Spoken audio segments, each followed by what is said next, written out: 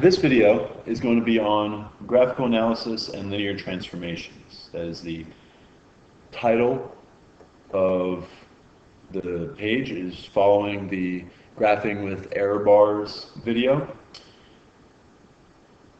This section is important to us in IB physics because we're not going to be using calculus.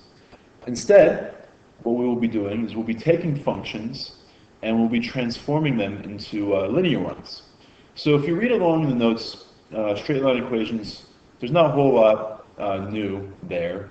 Again, at any point, don't forget, you can pause, all right, and just read over this stuff before you move forward with what I'm saying. So I'm going to skip the linear transformations for a straight line graph. There's nothing that's happening there. The linear graph is already linear. Nothing new needs to happen. But with the parabola, okay, if we have a data set like the one that is on your screen right now, okay, and we have this x and y, oh, excuse me, I'm on the wrong tab here. Here we go. This x and y set of data. This is, this is just y equals x squared. There's nothing fancy here, okay? When we plot that, we see in this graph we have a quadratic function, okay? But say that there's some sort of relationship, all right, that we may want to determine that has a quadratic relationship, much like the relationship for the formula that is on your page in the equation, where the position equals the initial position plus 1/2 the acceleration times time squared. All right, we have a parabola, and say we want to determine acceleration. All right, if that's what we want to do, all right, what we need is to transform that data so that it becomes linear. Now, what happens when we do that? Well, you see here with this simple example, if I square all these x values, all right, 1, 4, 9, 16, 25, it looks like, all right, we have a linear graph. Those data values, yes, they match the y values, okay, but that's simply because we have y equals x squared, and therefore the slope of this graph is going to be 1. So let me show you exactly what I mean by that. All right, get a new, there we go, okay. So what I want to show you here, all right, is that everything is going to come back to this equation. All right, so one such example I just did is y equals x squared, all right, and this is literally just 1 times x squared. When you linearize it, okay, your new x is the x squared, your y is still the same, so your slope of that line should be 1. Say our data, okay, followed this function right here, y equals 2x squared, all right? If we go back to that previous Excel spreadsheet, what we would see again, our y is the y, our x is now x squared, okay? In other words, our independent variable is just that, and our slope of that line should be 2. Let me use some different variables. It might be confusing just, using x over and over again here. So we're going to keep our slope-intercept form up here for you to be able to see it. All right, but the example there that I have in your notes is that the position, actually, we're going to use s here. All right, s or b, they're the same thing, right? Is going to be equal to 1/2 acceleration times time squared, all right, plus the initial position. What we have here, what we can match up, is that the y will be like the displacement. Oops, still using d. Correct myself here. Both the same. Y is like the displacement, okay? The t squared is going to be the x, okay? That's going to be our independent variable. We're just going to square ahead of time, though, all right? And when we do that, we plot s versus t squared, we find that the slope of that line is 1/2 the acceleration. It actually matches to the physical observation. And the y-intercept will be, of course, our initial position, okay? So this all matches up. You're going to see it in the example that I have, example number 4, on the next page. So just hold on a second and we will get there. All right. The next type of function that we often deal with that we'll be linearizing will be hyperbolas or inverse functions. Okay, it could be just a regular inverse function or inverse square function, either one. Here's a typical, here's y equals 1 over x, all right, the data for that. So nothing surprising there, but then if we do the same thing we did before, okay, and we take all those x values, all right, and we say 1 over x for all of them, okay? Instead, and we plot 1 over x as our independent variable, we will get a straight line here, all right? You can see that data. So there's nothing really surprising here. The slope here, again, I'll show you on the slide, all right? If we were to use our same slope-intercept form, all right? And let's see, there we go.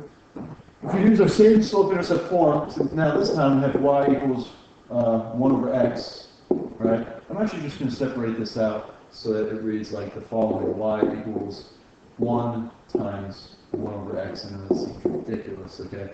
But there's a reason.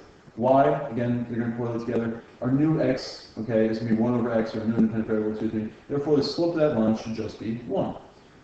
Again, any relationship like this will work, and for that reason, the general form, if we just say y equals k times 1 over x, whatever constant that we have there above the x, that's what the slope is going to be equal to if we linearize it, all right? It's a good way, if you have a function like this, what functions look like this? Well, Newton's law of universal gravitation, all right, is a great example. If you're keeping the masses constant, okay, and you're trying to figure out the relationship between the distance between the two objects and the force of gravity, right, your constant becomes just the universal gravitational constant times mass 1 times mass 2, okay, times 1 over r squared. So this 1 over r squared is your independent variable. This big G times m1 times m2, that is going to be your slope, whatever you find in your graph, and your f of g, of course, is your y, dependent variable, okay? That's the form that this takes. Obviously, we're assuming here that the y-intercept is 0, okay? So linearization is just a way for us to determine constants in these equations. If you go to the back of this page, you'll see some exercises. The first exercise there, it can be shown that the pressure of a fixed mass of gas at a constant volume is inversely proportional to the volume of the gas. All right. If a graph of pressure versus volume were plotted, all right, the shape of the graph would be what? Well, if pressure if pressure, all right, is inversely proportional to the volume, right, what that tells us is that P, we use this symbol right here, which means proportional to, and the inversely proportional comes from the fact that the volume is in the denominator. That graph, obviously, we know looks like a hyperbola. Okay, it should, right there. All right, there we go. So, next question. Newton showed that the force of attraction F of two masses, little m and big M, separated by distance d, is given by that relationship. If little m and big M are constant, a graph of F versus d squared would have what shape?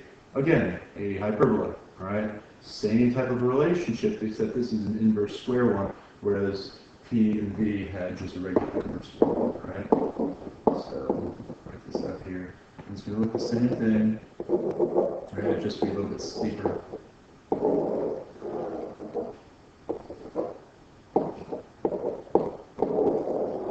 Alright, there we go.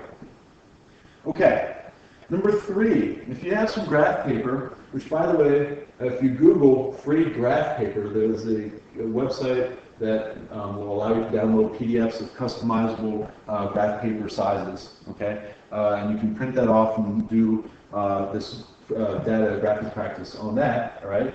But given the equation right here, r theta, okay, in other words, you're saying resistance of this foil, all right, depends on temperature, is equal to r naught, which is the resistance at temperature equals 0, times 1 plus mu times theta, okay, where mu is the coefficient, the temperature coefficient of resistance, right? We're told we want to find r naught and mu.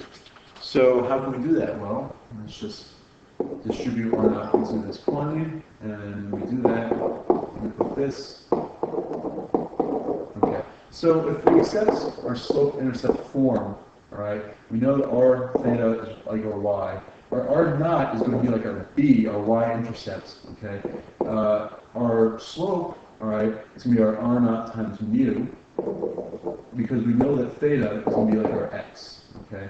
So again, temperature is an independent variable in this case. The resistance is a dependent variable based on the way that it's described in the problem statement, and the way that the equation looks from there, we can get the rest of this information. So if we graph that data, which you should, okay, the y-intercepts is equal to r naught, and then from there, okay, you want to get mu by finding the slope. You're going to divide that by r naught. Right? You can see here these two quantities are equivalent. Okay, that's how you solve for mu. All right. These are the different things that IB, different ways that IB is going to be able to expect you to manipulate equations and figure out physical quantities. All right. So these are just some introductory mathematics tricks, really. Okay, number 4. Really quickly here, just take a look at this spreadsheet. There we go. That's the original data.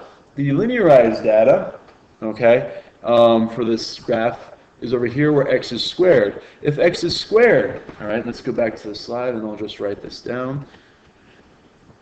For number 4,